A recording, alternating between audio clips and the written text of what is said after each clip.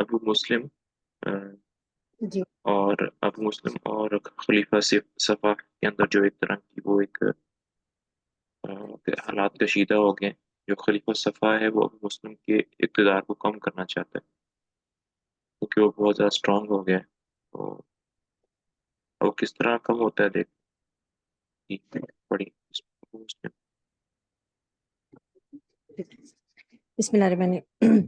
ابو مسلم چونکہ اقتدار پسند، اچھا یہاں سے پڑھ لیتی ہوں۔ غرض حالت یہ تھی کہ صفا اور ابو مسلم کے دل صاف نہ رہے تھے۔ ابو مسلم چونکہ اقتدار پسند اور اولو العزم شخص تھا، اس کو جب خلیفہ صفا کی طرف سے شبہ پیدا ہوا تو اس نے صرف خراسان ہی پر اپنے اثر و اقتدار کو کافی نہ سمجھ کر حجاز اور عراق میں بھی اپنا اثر قائم کرنے کی کوشش ضروری سمجھی، تاکہ اگر ضرورت پڑے تو وہ عباسیوں کو کچل سکے۔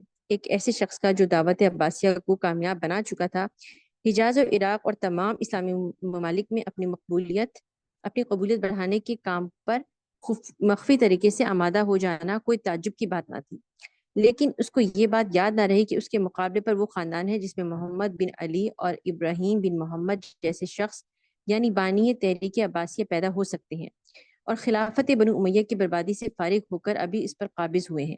ابو مسلم نے اگرچہ سب سے زیادہ اہم کام کیا تھا، لیکن وہ اس کام میں عباسیوں کا شاگرد اور عباسیوں ہی کا تربیت کرتا تھا۔ غرض ابو مسلم نے صفا سے حج کی اجازت طلب کی۔ صفا نے اس کو اجازت دی اور لکھا کہ 500 آدمیوں سے زیادہ اپنے ہمراہ نہ لاؤ۔ ابو مسلم نے کہا کہ لوگوں کو مجھ سے عداوت ہے، اتنے تھوڑے آدمیوں کے ساتھ سفر کرنے میں مجھ کو اپنی جان کا خطرہ ہے۔ صفا نے لکھا کہ زیادہ سے زیادہ 1000 آدمی کافی ہیں۔ زیادہ آدمیوں کا ساتھ ہونا اس لیے باعث تکلیف ہوگا کہ سفر مکہ میں سامان رسد کی فراہمی دشوار ہے۔ ابو مسلم 8000 فوج کے ساتھ مروز سے روانہ ہوا اور جب خراسان کی حد پر پہنچا تو 7000 فوج کو سرحدی مقامات پر چھوڑ کر 1000 آدمیوں کے ساتھ دارالخلافہ انبار کی طرف بڑھا۔ صفا نے اپنے بڑے بڑے نامی سپہ سالاروں کو استقبال کے لیے بھیجا اور جب دربار میں حاضر ہوا تو اس کی بے حد تعظیم و تکریم اور کہا کہ اگر اس سال میرے بھائی ابو جعفر منصور کا ارادہ حج نہ ہوتا تو میں تم ہی کو امیر حج مقرر کرتا۔ اس طرح ابو مسلم کی امیر حج ہونے کی خواہش پوری ہونے سے رہ گئی۔ غرض دارالخلافہ انبار سے اور ابو جعفر منصور اور ابو مسلم دونوں ساتھ حج کے لیے روانہ ہوئے۔ ابو مسلم خراسان سے ایک بڑا خزانہ ہمراہ لے کر آیا تھا۔ منصور کی میت اس کو پسند نہ تھی کیونکہ وہ آزادانہ بہت سے کام جو کرنا چاہتا تھا نہیں کر سکا، تاہم اس نے مکہ کے راستے پر ہر منزل پر کنویں کھدوانے، سرائے بنوانے اور مسافروں کے لیے سہولتیں وہاں پہنچانے کے کام شروع کر دیے۔ کپڑے تقسیم کیے، لنگر خانے جاری کیے، کئی لوگوں کو بے دریغ انعامات دیے اور اپنی سخاوت اور بخشش کے ایسے نمونے دکھائے کہ لوگوں کے دل اس کی طرف مائل ہو گئے۔ مکہ مکرمہ میں بھی اس نے یہی کام وسیع پیمانے پر کیے۔ جہاں ہر طرف کے لوگ موجود تھے، ایام حج کے گزرنے پر ابو جعفر منصور نے ابھی روانگی کا قصد نہ کیا تھا کہ ابو مسلم مکہ سے روانہ ہو گیا۔ مکہ سے 2 منزل اس طرف آ گیا تھا کہ دارالخلافہ انبار کا قاصد اس کو ملا جو صفا کے مرنے کی خبر اور ابو جعفر منصور کے خلیفہ ہونے کی خوشخبری لے کر منصور کے پاس جا رہا تھا۔ ابو مسلم نے اس قاصد کو 2 روز تک ٹھہرائے رکھا اور پھر منصور کے پاس روانہ کیا۔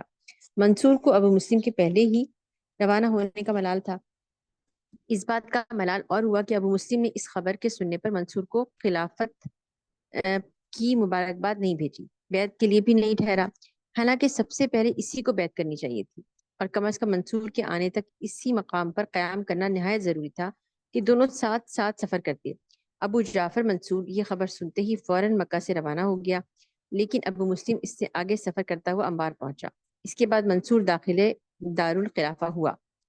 ابو مسلم اور ابو جعفر روانہ کرنے کے بعد ابو العباس عبداللہ صفا 4 برس 8 مہینے خلافت کر کے بتاریخ 13 ذی الحج 132 ہے صحیح؟ یہ نہیں، یہ 136 ہے؟ 136 ہے. ٹھیک ہو گیا، ٹھیک ہے، 136 ہجری میں فوت ہوا۔ اس کے چچا عیسیٰ نے نماز جنازہ پڑھائی، انبار میں دفن ہوا۔ اس کے مرنے سے پہلے اپنے بھائی ابو جعفر منصور اور اس کے بعد عیسیٰ بن موسیٰ کی ولی عہدی کا عہد نامہ لکھ کر ایک کپڑے میں لپیٹ کر اور اپنے اہل بیت کی مہریں لگا کر عیسیٰ کے سپرد کر دیا تھا۔ چونکہ وہ منصور موجود نہ تھا، اس لیے عیسیٰ بن موسیٰ نے منصور کی خلافت کے لیے لوگوں سے نیابتاً بیعت لی اور اس واقعے کی اطلاع کے لیے قاصد مکہ کی طرف روانہ کیا۔ عبداللہ صفا نے مال و دولت سے اپنی خلافت کے قیام اور استحکام میں اسی طرح کام لیا جس طرح بانی خلافت بنو امیہ حضرت امیر معاویہ رضی اللہ عنہ نے کام لیا تھا۔ حضرت امیر معاویہ رضی اللہ عنہ نے اپنی سخاوت کے ذریعے اپنے مخالفوں یعنی علویوں کا منہ بند کر دیا تھا اور ان کو اپنا ہمدرد بنا لینے میں کامیابی حاصل کی تھی۔ اسی طرح بانی خلافت عباسیہ صفا کے مقابلے پر بھی علوی ہی دعوے دار خلافت تھے۔ انہوں نے عباسیوں کے ساتھ مل کر بنو امیہ کو برباد کیا تھا اور اب عباسی خاندانوں میں خلافت کے چلے جانے سے وہ بالکل اسی طرح ناخوش تھے جیسا کہ خاندان بنو امیہ میں خلافت کے چلے جانے سے ناراض تھے۔ عبداللہ صفا نے بھی علویوں کو حضرت امیر معاویہ رضی اللہ عنہ کی طرح بے درے مال و دولت دے کر خاموش کر دیا۔ جب صفا کوفہ میں خلیفہ بنایا گیا تو عبداللہ بن حسن مثنیٰ بن علی اور حضرت اور دوسرے علوی لوگ کوفہ میں آئے اور کہا کہ یہ کیا بات ہے کہ خلافت جو ہمارا حق تھا اس پر تم نے قبضہ کیا۔ یہ عبداللہ بن حسن مثنیٰ ہیں جن کے لڑکے محمد کو بماہ ذی الحج سن 131 ہجری مکہ میں مجلس کے اندر عباسیوں اور علویوں نے خلافت کے لیے منتخب کیا تھا، اور تمام حاضرین مجلس کے ساتھ ابو جعفر منصور نے بھی محمد کے ہاتھ پر بیعت کی تھی۔ صفا نے عبداللہ بن حسن مثنیٰ کی خدمت میں 10 لاکھ درہم پیش کر دیے، حالانکہ یہ رقم صفا کے پاس اس وقت موجود نہ تھی۔ ابن مقرن سے قرض لے کر دی۔ اس طرح ہر ایک علوی کو انعام و اکرام سے مالا مال کر کے رخصت کیا۔ عبداللہ بن حسن ابھی صفا کے پاس سے رخصت نہ ہوئے تھے کہ مروان بن محمد کے قتل ہونے کی خبر اور بہت سے قیمتی جواہرات و زیورات جو مال غنیمت میں آئے تھے لے کر قاصد پہنچا۔ صفا نے وہ تمام قیمتی جواہرات و زیورات بھی عبداللہ بن حسن مثنیٰ کو دے دیے اور 80,000 دینار دے کر وہ زیورات ایک تاجر نے عبداللہ بن حسن سے خرید لیے۔ غرض یہ کہ عبداللہ صفا نے اس کام میں ذرا بھی کوتاہی ہوتی تو یقیناً الوی فوراً اعلانیہ مخالفت پر آمادہ ہو کر اٹھ کھڑے ہوتے اور اس وقت ممکن تھا کہ بہت سے نقبا بھی جو کافر اثر رکھتے تھے ان کا ساتھ دیتے اور عباسیوں کے لیے اپنی خلافت کا قائم رکھنا بے حد دشوار ہو جاتا۔ لہٰذا عبداللہ صفا کے کاموں میں سب سے بڑا کارنامہ یہی سمجھنا چاہیے کہ اس نے تمام علویوں کو مال و دولت دے کر خاموش رکھا اور کسی کو مقابلے پر کھڑے نہ ہونے دیا۔ عبداللہ صفا کی وفات کے بعد ہی علوی خروج پر آمادہ ہو گئے، مگر اب خلافت عباسیہ مستحکم ہو چکی تھی۔ صحیح۔ ابو جعفر منصور۔ جی ایک منٹ جی میں سر۔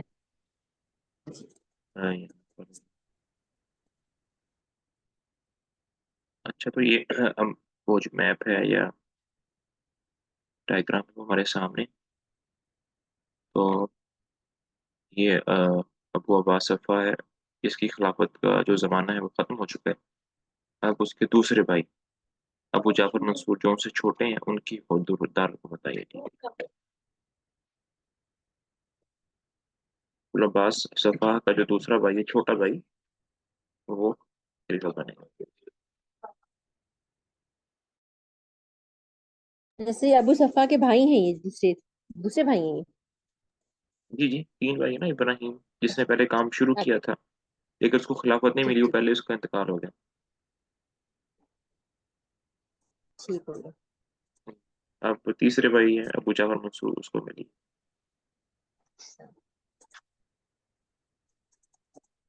صحیح، ٹھیک۔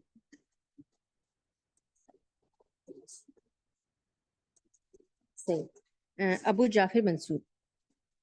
ابو جعفر عبداللہ منصور بن محمد علی بن عبداللہ بن عباس بن عبد المطلب کی ماں سلامہ بربریہ لونڈی تھی۔ ابو جعفر منصور سن 95 ہجری میں اپنے دادا کی حیات میں پیدا ہوا۔ بعض روایتوں کے بموجب وہ سن 101 ہجری میں پیدا ہوا تھا۔ یہ ہیبت و شجاعت و جبروت اور عقل و رائے میں خصوصی امتیاز رکھتا تھا۔ لہو لعب کے پاس نہ پھٹکتا تھا، ادب و فقہ کا عامل اور کامل تھا۔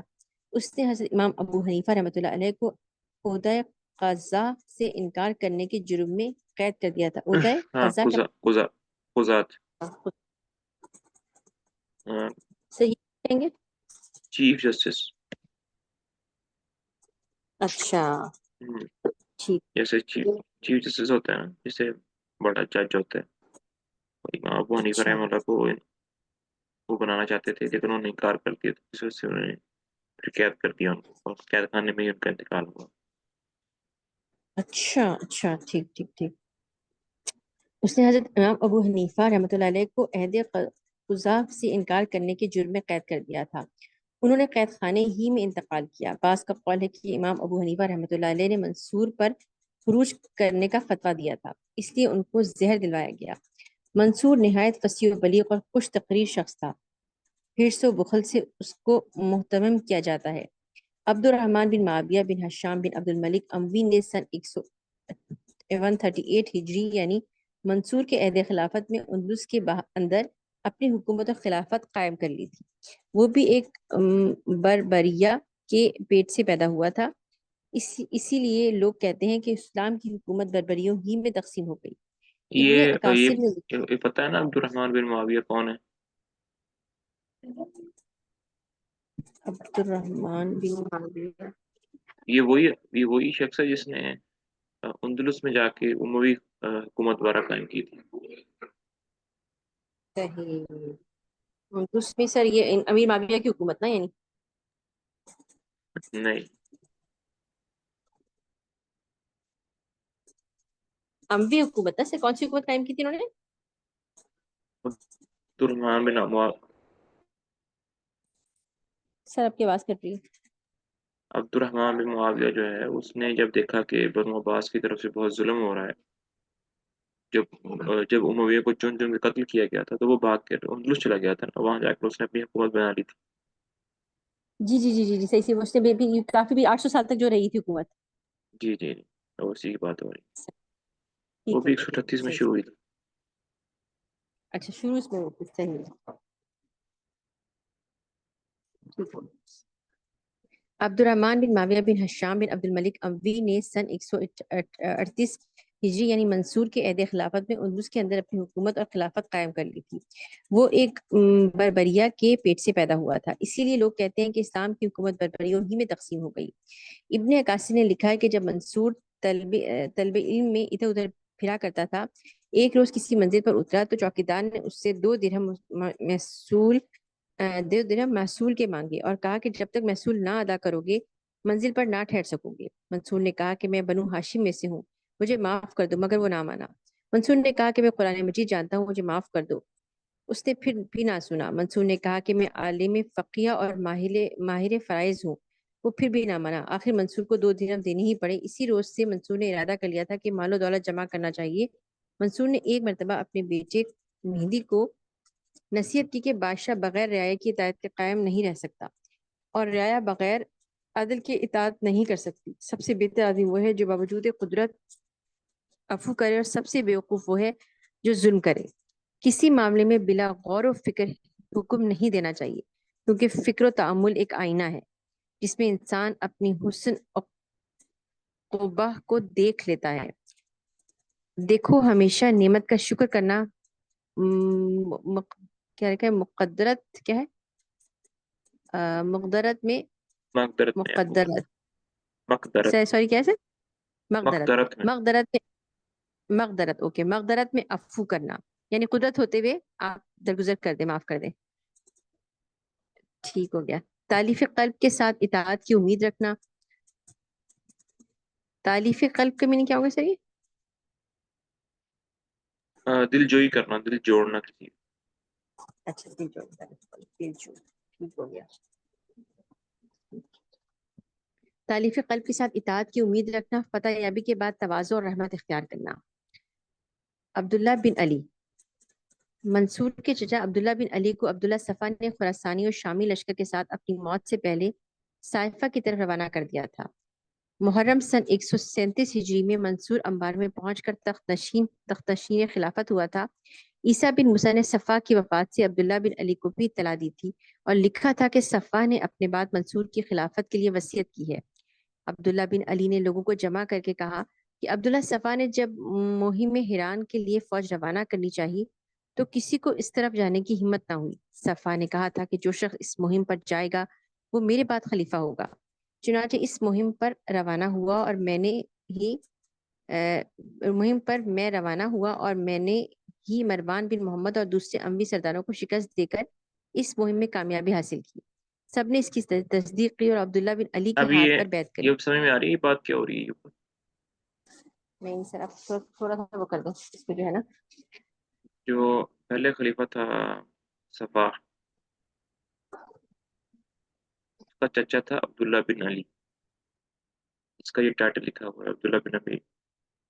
تو صفا نے عبداللہ بن علی کو ایک مہم پر بھیجا، اور وہ جو مہم تھی وہ ذرا مشکل تھی، لوگ ذرا تیار نہیں ہو رہے تھے جانے کے لیے۔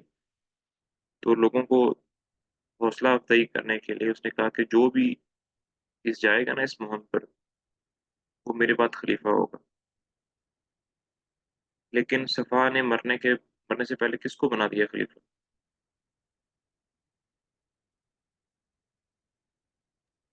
کس کو بنایا خلیفہ بھائی؟